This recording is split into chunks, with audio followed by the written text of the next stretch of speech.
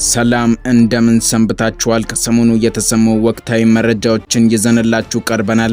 ከነሱም መካከል የአሜሪካው ፕሬዝዳንት ዶናልድ ትራምፕ ከቤጂንግ ተመለሱ። ለመሆኑ በቻይና ምድር ምን ተፈጠረ?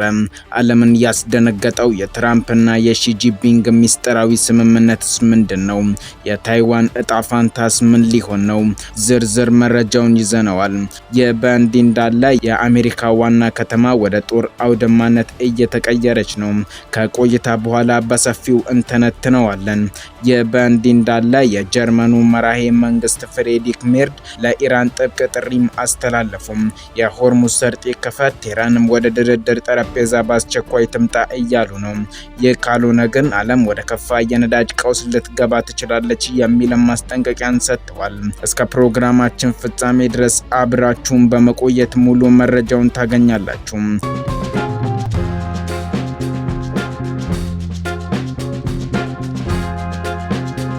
አሁን ወደ መጀመሪያው እና ዓለምን እያነጋገረ ወደሚገኘው ታላቅ መረጃችንን ልለፍ።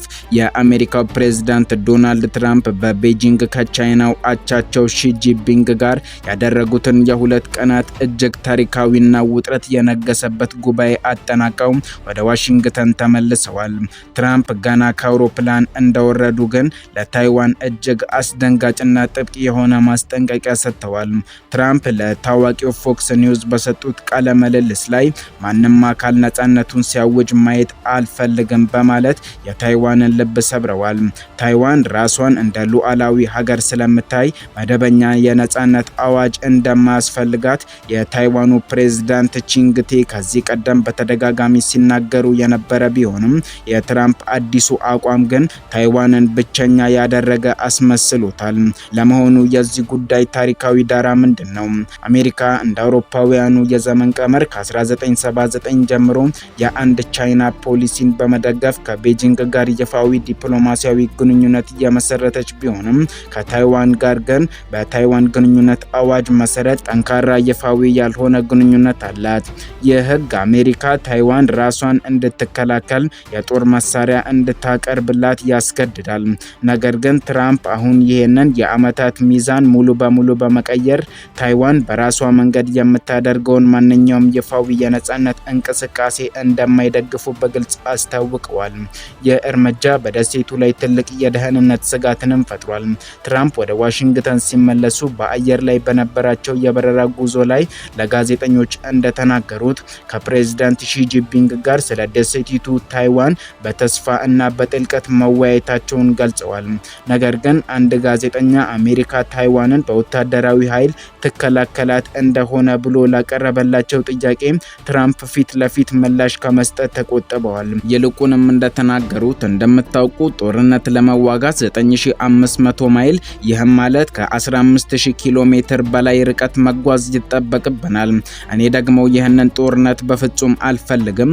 እነርሱም እንዲረጋጉ እፈልጋለሁ፣ ቻይናም እንድትረጋጋ እፈልጋለሁ በማለት የአሜሪካን ወታደሮች ወደ ምስራቅ እስያ ጦርነት የመላክ ፍላጎት እንደሌላቸው ፍንጭ ሰጥተዋል። በሌላ በኩል የቻይና መንግስታዊ ሚዲያዎች የባለስልጣናቱን ስጋት ይፋ አድርገዋል። ፕሬዝዳንት ሺ ጂንፒንግ በውይይቱ ወቅት ለትራምፕ ፊት ለፊት ሲናገሩ የታይዋን ጉዳይ በቻይናና በአሜሪካ ግንኙነት ውስጥ እጅግ በጣም አስፈላጊውና ስስ ጉዳይ ነው። በአግባቡ ካልተያዘ ግን ሁለቱ ሀያላን ሀገራት ሊጋጩ ወይም ወደ አውዳሚ ጦርነት ሊገቡ ይችላሉ ሲል ቀይ መስመራቸውን አስምረዋል። ቻይና ታይዋንን እንደ አንዷ ግዛት የምትቆጥር ሲሆን አስፈላጊ ከሆነ በኃይል ጭምር ለመጠቅለል እንደምትችል በተደጋጋሚ ስታስጠነቅቅም ቆይታለች። ይሁን እንጂ ትራምፕ ነገሩን ያቀለሉት ይመስላል። ከቻይና ጋር ጦርነት ይፈጠራል ብለው እንደማያስቡና ፕሬዝዳንት ሺም ቢሆኑ ጦርነት ማየት እንደማይፈልጉ ገልጸዋል። ነገር ግን የትራምፕ አስተዳደር ባለፈው ዓመት መገባደጃ ላይ ለታይዋን የ11 ቢሊዮን ዶላር ዋጋ ያለው የላቁ የሮኬት ማስወንጨፊያዎችንና ሚሳኤሎችን ያካተተ የጦር መሳሪያ ለመሸጥ ማቅረቡ ቤጂንግን ክፉኛ አስቆጥቶ ነበር። አሁን ታዲያ ትራምፕ ይህንን የጦር መሳሪያ ሽያጭ ይቀጥል አይቀጥል የሚለውን በቅርቡ እንደሚወስኑና በአሁን ጊዜ ታይዋንን ከሚያስተዳድረው ሰው ጋር መነጋገር አለብኝ ብለዋል። ይህም ማለት ከታይዋኑ መሪ ቺንግቴ ጋር በቀጥታ ሊነጋገሩ እንደሚችሉም ፍንጭ ሰጥተዋል። ይህ ደግሞ በቤጂንግ ይበልጥ ቁጣ ውስጥ ሊከት የሚችል ሌላኛው ዲፕሎማሲያዊ ፈተና ነው። ታይዋን በበኩሏ ለዚህ መግለጫ ምላሽ ሰጥታለች። የታይዋን የውጭ ጉዳይ ሚኒስተር ሊንቻሉንግ እንዳሉት ቡድናቸው የአሜሪካና የቻይና መሪዎች ጉባኤ በቅርበት ሲከታተል እንደነበረም ገልጸው ታይዋን በቀጠናው የሰላም መረጋጋት ጠባቂ መሆኗን እና ቻይናም በጥቃት አዘል ወታደራዊ እርምጃዎቿና በአምባገነናዊ ጭቆናዋ ቀጠናዊ አደጋን እያባባሰች ነው ሲሉም ወንጅለዋል። ይህ በእንዲህ እንዳለ ነገሩ በታይዋን ፖለቲካ ብቻ አያበቃም። ከጀርባው ትልቅ የኢኮኖሚ ጥቅም ስምምነትም ተደርጓል። ፕሬዝዳንት ዶናልድ ትራምፕ ሌላ ትልቅ የምስራች ይዘው መጥተዋል። ቻይና ከአሜሪካ እጅግ ከፍተኛ መጠን ያለው የነዳጅ ዘይት ለመግዛት እና የቅርብ የንግድ አጋር ለመሆን ተስማምታለች ብለዋል። ትራምፕ ከሺ ጂንፒንግ ጋር ያደረጉት ውይይት ስኬታማ፣ ታሪካዊና በዓለም ላይ ከፍተኛ እውቅናን ያገኘ ነውም ሲሉም አሞካሽተዋል። የስምምነት ለአሜሪካ የነዳጅ አምራቾች ትልቅ ገበያ የሚከፍት ሲሆን የትራምፕን አሜሪካ መጀመሪያ ወይም አሜሪካ ፈርስት የኢኮኖሚ ፖሊሲም የሚያግዝ ነው። ቻይና በዓለም ላይ ከፍተኛ ነዳጅ ወደ ውስጥ ከሚያስገቡ ሀገራት ቀዳሚዋ ስትሆን ከአሜሪካ ነዳጅ ለመግዛት መስማማቷ በሁለቱ ሀገራት መካከል ያለውን የንግድ ጉድለት ለመቀነስ ይረዳዋል። በትራምፕ የመጀመሪያ የስልጣን ዘመን የተነሳው የንግድ ጦርነትና ከፍተኛ ታሪፍ ያስከተለው ውጥረት አሁን በዚህ አዳዲስ የነዳጅ ስምምነት የመመለስ ምልክት እያሳየ ነው። በዚህ በሁለት ቀናት ውይይት ላይ የንግድ ግንኙነት፣ የነዳጅ ሽያጭ፣ የታይዋንና የኢራን ጉዳዮች በዋነኛነት ተነስተዋል። ቻይና በአሁኑ ወቅት የሆርሙዝ ሰርጥ በአስቸኳይ እንዲከፈት ትፈልጋለች። ምክንያቱም የኢኮኖሚ ህልውናዋ ከነዳጅ አቅርቦት ጋር የተያያዘ ስለሆነ ነው። በመሆኑም ቻይና ከአሜሪካ ነዳጅ ለመግዛትና ከዋሽንግተን ጋር ያላትን የንግድ ግንኙነት ለማጠናከር ሙሉ በሙሉ መስማማቷን ትራምፕ አስታውቀዋል። ነገር ግን በምላሹ ቻይና ከአሜሪካ ያገኘችውን ጥቅም ወይም ያቀረበችውን ፍላጎት ምን እንደሆነ ፕሬዝዳንት ትራምፕ ከመናገር መቆጠባቸውን የቢቢሲ ዘገባ ያመለክታል። ይህ ደግሞ በብዙ ዲፕሎማቶች ዘንድ ትልቅ ሚስጥር ተደርጎ ተወስዷል። ዩናይትድ አረብ ኤምሬትስ ወደ ውጭ የምትልከውን የነዳጅ ዘይት መጠን እንደ አውሮፓውያኑ የዘመን ቀመር በ2027 በእጥፍ ለማሳደግ የአዳዲስ የማስተላለፊያ መስመሮች ግንባታን ልታፋጥን መሆኑን በሮይተርስ መዘገቡ ለዚህ ዓለም አቀፍ የነዳጅ ሽኩቻ ሌላ ማሳያ ነው። በሌላ መረጃ ወደ አውሮፓ ስናመራ ደግሞ ሌላ ወታደራዊና ዲፕሎማሲያዊ ጫና በኢራን ላይ እየተደረገ መሆኑን እንረዳለን። የጀርመኑ አዲሱ መርሄ መንግስት ፍሬድሪክ ሜርዝ ኢራን በአፋጣኝ ወደ ድርድር ጠረጴዛ መምጣት አለባት ሲሉ ጥብቅ ትዕዛዝ መሰል ጥሪን አቀርበዋል።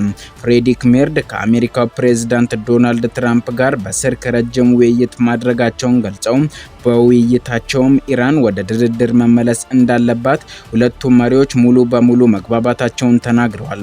ከዚህም በተጨማሪ ቴህራን የኒውክሌር ጦር መሳሪያ ባለቤት ልትሆን በፍጹም እንደማይገባም ጥብቅ አቋምን ይዘዋል።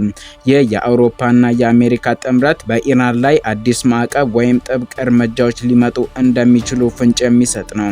ጀርመን ከዚህ ቀደም ከኢራን ጋር የነበራትን የንግድ ግንኙነት ለማስቀጠል ተሞክር የነበረ ቢሆንም አዲሱ መራሄ መንግስት ፍሬድሪክ ሜርዝ ግን ከትራምፕ አስተዳደር ጋር ሙሉ በሙሉ መስመር የያዙ ይመስላል። ኢራን የሆርሙዝ ሰርጥን በአስቸኳይ መክፈት እንዳለባት መሪዎቹ አጽንኦት ሰጥተው ማሳሰባቸውን አልጀዚራ ዘግቦታል። ይህ የሆነበት ምክንያት ደግሞ የኢራኑ የውጭ ጉዳይ ሚኒስተር አባስ አራግቺ ኢራን ጠላት ከምትላቸው ሀገራት ጋር ግንኙነት ያላቸው መርከቦች በሰርጡ ማለፍ እንዳይችሉና ለወዳጅ ሀገራት መርከቦቹ ብቻ ክፍት መደረጉን መግለጻቸውን ተከትሎ የመጣ ዓለም አቀፍ ውጥረት ነው። የሆርሙዝ ሰርጥ በዓለም ላይ ካለው የነዳጅ ንግድ 1/5 የሚያልፍበት እጅግ ስትራቴጂካዊ የባህር መስመር በመሆኑ መዘጋቱ በዓለም አቀፍ ኢኮኖሚ ላይ ከፍተኛ ቀውስ ሊፈጥርም ይችላል። ይህ በእንዲህ እንዳለ አሁን ደግሞ ወደ መካከለኛው እሳታማ ቀጠና እንለፍ። የአሜሪካ መንግስት ዛሬ በይፋ እንዳስታወቀው በእስራኤልና በሊባኖስ በተለይም በሄዝቦላ መካከል ያለውና ደካማ መሰረት ያለው የተኩስ አቁም ስምምነት ለተጨማሪ 45 ቀናት ተራዝሟል። የማራዘሚያ ይፋ የተደረገው ግን እጅግ በሚያነጋግር ሁኔታ ውስጥ ነው። ምክንያቱም በኢራን የሚደገፈው የሂዝቦላ ታጣቂ ቡድን ከእስራኤል መከላከያ ሰራዊት ጋር እየተደረገ ያለውን ግጭት እንዲሁም ወደ እስራኤል ግዛት የሚተኩሳቸውን ሚሳኤሎችና ድሮኖች ባላቆመበት ሁኔታ ላይ በመሆኑ ስምምነቱ ምን ያህል መሬት ላይ ይወርዳል የሚለውን አጠራጣሪ አድርጎታል። ውድ ተመልካቾቻችን ለዛሬ ያዘጋጀንላችሁ ፕሮግራም ይህንን ይመስል ነበር። በየጊዜው እንደዚህ አይነት ወቅታዊና ፈጣን መረጃዎች እንዲደርሷችሁ ቻናላችንን ሰብስክራይብ እንዲሁም ይህንን ቪዲዮ ላይክ ማድረግ አትዘንጉ እያለን መልካም ጊዜ ሆነላችሁ።